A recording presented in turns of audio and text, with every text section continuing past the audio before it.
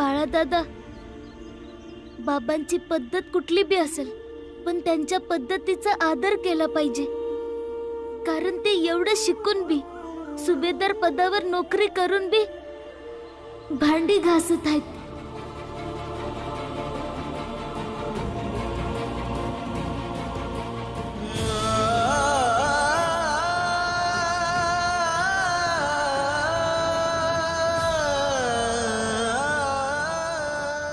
कारण आपण चांगलं आयुष्य जगावं.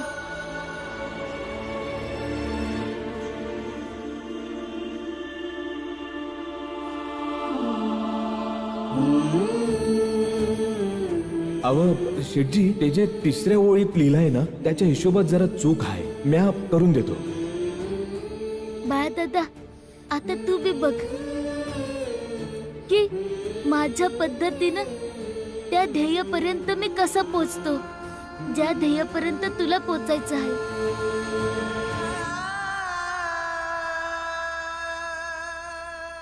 पण 13 आणे घेऊन हा करणार काय? काही ना काही तर नक्कीच विचार केला असेल त्या भीमरावने. महाराज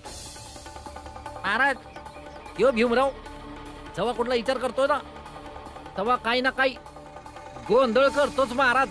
अरे होऊ दे गोंधळ, कारण गोंधळ करण्याची सवय मानवाच्या चारित्र्याला पाण्याच्या एका बुडबुड्यासारखी बनवते. जो काही काळ पाण्याच्या पृष्ठभागावर राहतो तर खरा, परंतु त्यानंतर फुटून जातो. शेवटी बुडबुड्यांची आयु काही काळाचीच तर असते.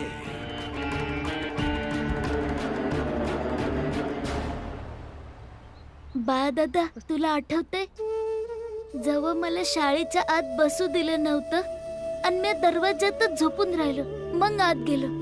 गुरुजी म्हणतायत की शिकायचं असेल तर बाहेर बसून शिकायचं, पण इथनं तर काही दिसत बी नाही आणि काही समजत बी नाही. तर माझ्या संग समधी पोरं वर्गाच्या बाहेर येऊन तरी शिकतील, नाहीतर म्या वर्गात येऊन शिकन. उठ भीम, आजपासून तू सगळ्यांबरोबर आत बसून शिकशील. त्या दिवशी आपण शाळेतनं घरला येत होतो तेव्हा आंबेडकर गुरुजी म्हणाले का आज जे तू केलंस ते बरोबर केलंस, पण भविष्यात कायम लक्षात ठेव, संघर्ष करणं, विरोध करणं आणि प्रदर्शन करणं समाजाला न्यायाकडे घेऊन जातं. पण प्रदर्शनाला कवाच कडू नाही बनू द्यायचं, नाहीतर पुन्हा पुन्हा ते केल्यामुळं ते पाण्याच्या बुडबुड्यांसारखं बनतं आणि नंतर समधी बुडबुड फुटून जातात. ते भले काय बी बोलले असतील, त्याचं काय?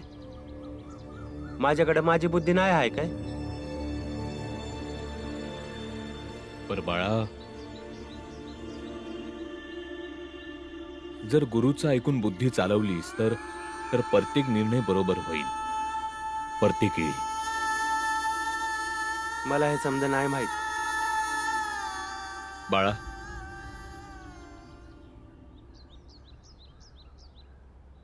भीमबाळा, तुला कसं माहित पडलं मी शेठजीकडे कुठलं काम करतो ती? बाबा, जेव्हा तुम्ही मला आणि पुरंजन काकांना घेऊन बाहेर आलात आणि म्हणालात का मी आत्ता येतो, तेव्हाच मला शंका आली. आणि जेव्हा तुम्ही तुमच्या शेठजी संग बोलत होता ते बी मी ऐकलं होतं. जर तुम्हासनी काही वाईट वाटलं असेल तर मला माफी द्या, पण माझ्या पोराला माहित न पडावं म्हणून मी हे केलं. आणि गरज पडली तर उद्या बी करीन. बाबा, तुम्ही एवढा विचार नका करू. आता मला एवढं तर समजायला लागलंय का आयुष्यात शिक्षणाची किती गरज आहे आणि कुठलं बी काम छोटं किंवा मोठं नसतं. त्यामुळं तुम्ही माझ्या संग खोटं बोलून नका समजू, कारण आयुष्यात लढताना हत्यार चालवायला म्या तुमच्याकडनं शिकलो आहे आणि मला खोटेपणाचं हत्यार हातात नाही घ्यायचं आहे.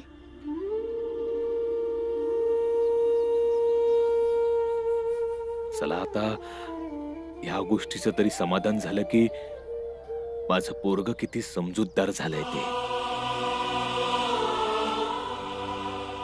बस आता तुझ्यासारखंच आता बाळा पण समजूतदार झाला असता तर.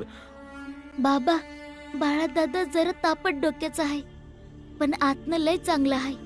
तुम्ही काळजी करू नका.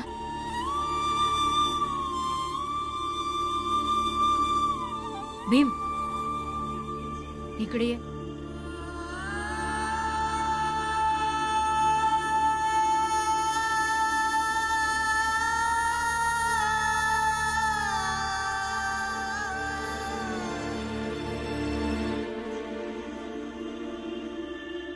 तुम्ही तिकडे जाऊन भांडी घासत आहे?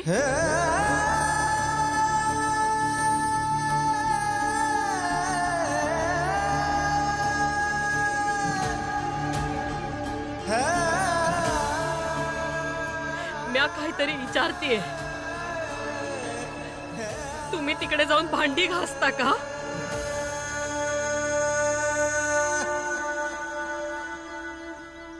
इकडं इकडे याच्याशिवाय दुसरं काही काम बी नाही आहे.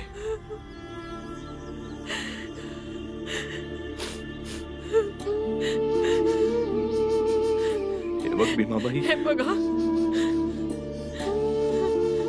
असं नाही की नवरा आहे तर प्रत्येक हिळी प्रत्येक गोष्ट समजवली पाहिजे. हे स्वाभाविक आहे. जर आपला नवरा आनंदी असेल तर बायको बी हसते.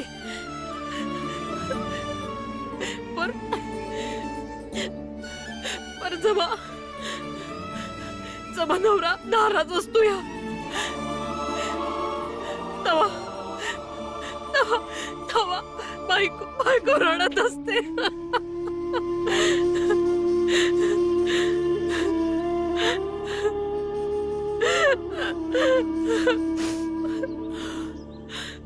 कबीर प्रेम ना चखिया चखी ना लिया सा, सोने घर का पाहुना ज्यों आया त्यों जा.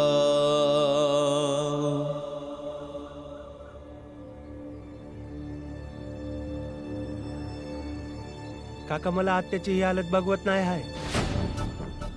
माझा हात शिवशिवत आहे. तुझ्यासारखंच मला भी होतंय बाळा. जेव्हा मी घरला जातो तेव्हा असं वाटतं घरातले भिंती माझ्याकडे बघून हसताय. माझं घर यांनी जाळलं, त्यात माझी आई बी जळून गेली. माझ्या भाची संग एवढं समज झालं, पर म्या काय बी नाही करू शकलो, काय बी नाही. तेच तर काका, मला बी माझ्या लाचारीवर राग येतोय. पर आपण एवढे लाचार का आहोत? एक माणूस माझ्या आईच्या कानातले दागिने घेतोय आणि आपण गप्प बसतोय. कुणीतरी माझ्या आत्याला धक्का देतोय तरी बी आपण गप्प बसतोय. पर मला आता अजून लाचार नाही बनायचं. काही ना काहीतरी केलंच पाहिजे. बघ बाळा, हे तर आपल्याला माहित आहे की आपल्या जातीला आताच नाही तर आधीपासूनच घाण समजून बघितलं जातं. पर जेव्हापासून हा महाराज गावात आलाय ना, तेव्हापासून यासनी वाटतं की हेच लोक ईश्वर आहेत. आणि आपण समजे घाणेरडे कीड आहोत. मग त्या महाराजालाच मारून टाकूया.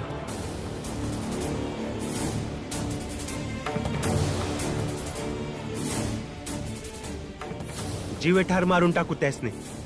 वय बर, कसं काय? तुम्ही चला येत ना, आपण उपाय शोधूया. चला.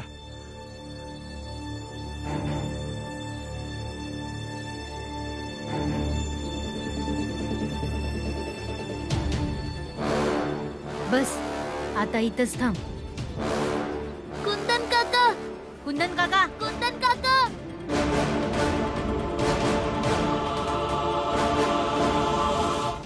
हे बघा, यांनी खाटाच्या बदल्यात माझ्या आईचे दागिने घेतले आहेत आणि आम्ही आता ही नवी खाट घेऊन आलोय.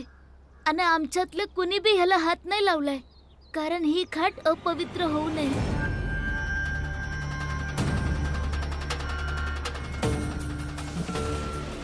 आता ही तुम्ही इथंच ठेवा.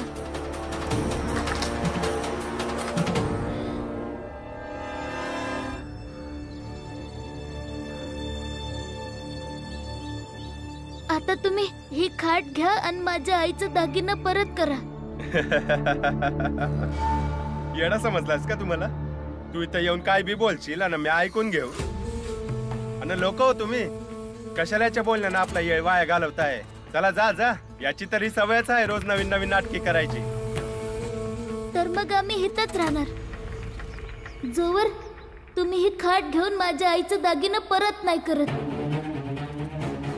तुला जे काय करायचंय ना कर.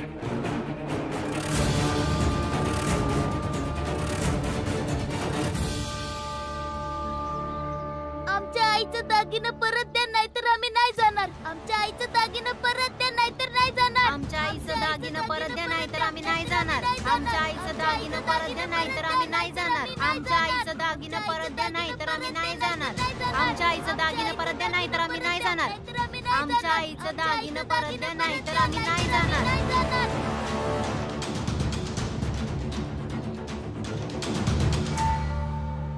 दागिने तर यांना मी काय बी झालं तरी नाही देणार. मग काय बी होऊ दे. आमच्या आईचं दागिनं परत द्या, नाहीतर आम्ही आले नाही मोठे जाणार. दागिने मागायला. आमच्या आईचं दागिनं परत द्या, नाहीतर आम्ही नाही जाणार. आमच्या आईचं दागिनं परत द्या, नाहीतर आम्ही नाही जाणार. आमच्या आईचं दागिनं द्या, नाहीतर आम्ही नाही जाणार. आमच्या आईचं दागिनं परत द्या, नाहीतर आम्ही नाही जाणार. आमच्या आईचं दागिनं परत द्या, नाहीतर आम्ही नाही जाणार. आमच्या आईचं दागिनं परत द्या, नाहीतर आम्ही नाही जाणार. आमच्या आईचं दागिनं द्या, नाहीतर आम्ही नाही जाणार. आमच्या आईचं दागिनं परत द्या, नाहीतर आम्ही नाही जाणार. आमच्या आईचं दागिनं परत द्या, नाहीतर आम्ही नाही जाणार. आमच्या आईचं दागिनं परत द्या, नाहीतर आम्ही नाही जाणार. आमच्या आईचं दागिनं द्या, नाहीतर आम्ही नाही जाणार. आणि या अस्पृश्य समाजाच्या मुलाला इतकं काय घाबरायचं? तू या समजत नका पडूस. जा तुझी दुसरे काम कर जा. अगं जा आता. आमच्या आईचं दागिनं परत द्या, नाहीतर आम्ही नाही जाणार. आमच्या आईचं दागिनं परत द्या, नाहीतर आम्ही नाही जाणार. आमच्या आईचं दागिनं परत द्या, नाहीतर आम्ही नाही जाणार. आमच्या आईचं दागिनं द्या, नाहीतर आम्ही नाही जाणार. आमच्या आईचं दागिनं परत द्या, नाहीतर आम्ही नाही जाणार. आमच्या आईचं दागिनं परत द्या, नाहीतर आम्ही नाही जाणार. आमच्या आईचं दागिनं परत द्या, नाहीतर आम्ही नाही जाणार. आमच्या आईचं दागिनं द्या, नाहीतर आम्ही नाही जाणार. आमच्या आईचं दागिनं परत द्या, नाहीतर आम्ही नाही जाणार. ताई चला उठा, औषध घ्या. माझ्यामुळं तुम्हा समद्यांना इतका त्रास होतोय.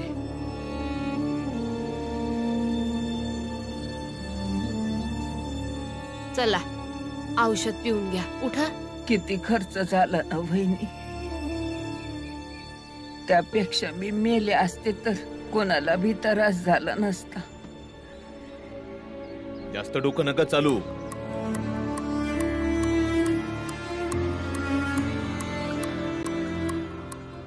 ज्या आपली असत्यात त्यासनीच काळजी वाटत असते.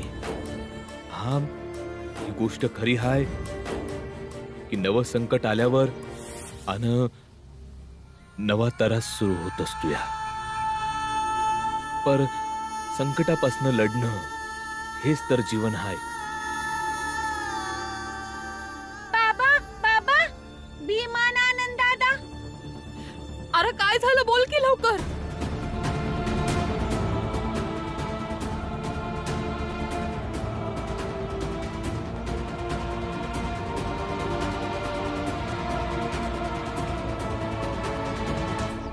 तिकडं कोण कोण आहे? तिथं भीमान आनंद दादा आहे. जावा, जाऊन थांबवा त्यासनी. हे बघा, मला दागिने नाही हवे. विषय संपला. तुम्हाच नाही. भीमाबाई, अरे ते तू जो करतोय त्याला ते करू दे. विषय फक्त तुझ्या दागिन्यांचा नाही, विषय तुझ्या लाचारपणाचा फायदा घेण्याचा आहे. त्या माणसाला हे सांगण्याची गरज आहे की त्यानं जे केलंय तो गुन्हा आहे आणि गुन्हेगाराच्या विरोधात लढणाऱ्या संघ उभं राहिलं पाहिजे, विरोधात नाही. ते काय बी असेल, तुम्ही चला ना. हे बघा, तुम्हाला समजत कसं नाही. तिकडे काही झालं तर नाही. हा विषय त्याला एकट्याला सोडू दे. आपण आईबाप जलमभर त्याच्या संग नाही राहणार. आणि ज्या लोकांनी एकट्याला चालायची सवय नसती ती आयुष्यभर घाबरून राहत्यात.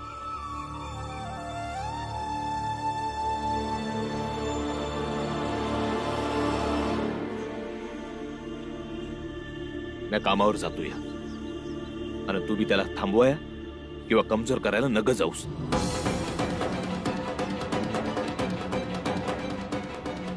मीराची काळजी घे.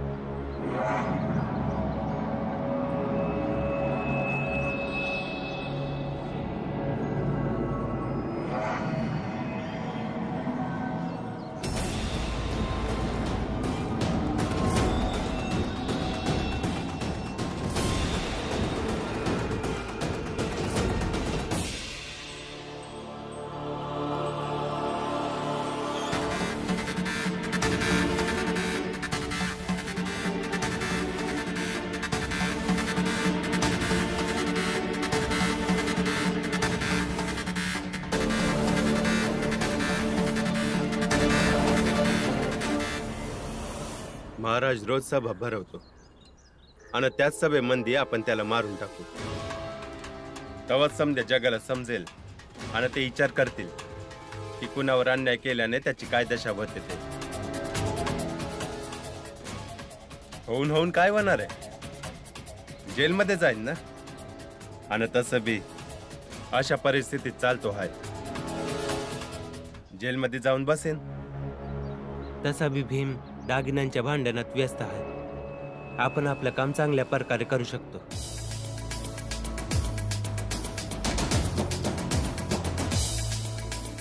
सभा सुरू होण्याची वाट बघूया.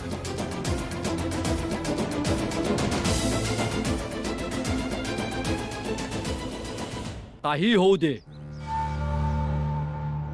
या भीमरावची अट पूर्ण नाही झाली पाहिजे.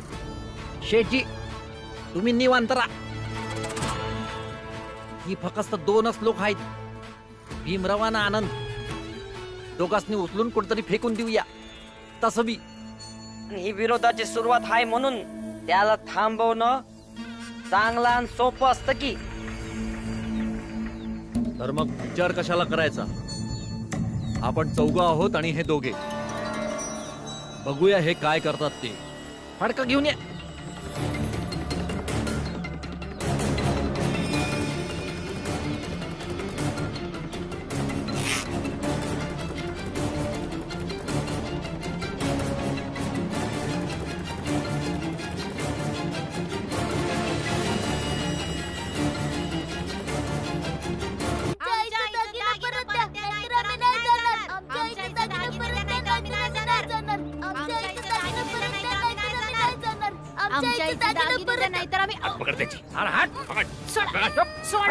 या दोघांना उचलून डोंगरावरून फेकून द्या. नंतर शुद्धीकरण करून घेऊ. माझे दागिने द्या, नाहीतर म्या नाही जाणार.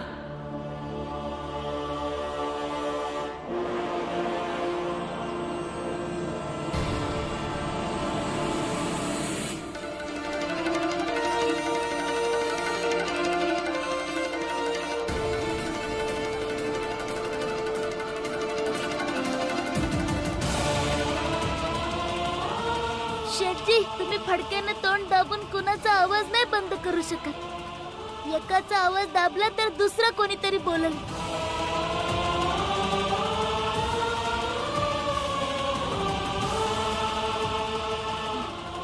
माझे दागिने द्या, नाहीतर आम्ही नाही जाणार.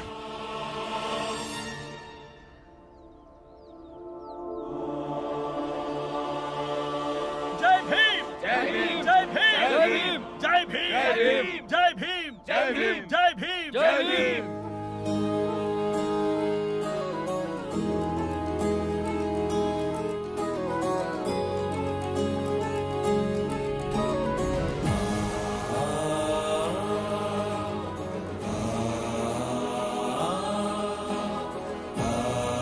आता बोला शेठजी, जर आता या समध्या लोकांनी मिळून तुम्हासनी मारलं तर मग तुम्ही काय कराल?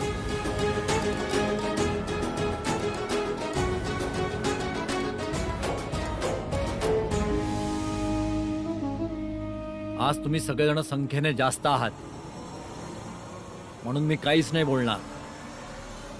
पण जेव्हा मला संधी मिळेल पुन्हा तुम्हाला मारण्याचा प्रयत्न करणार.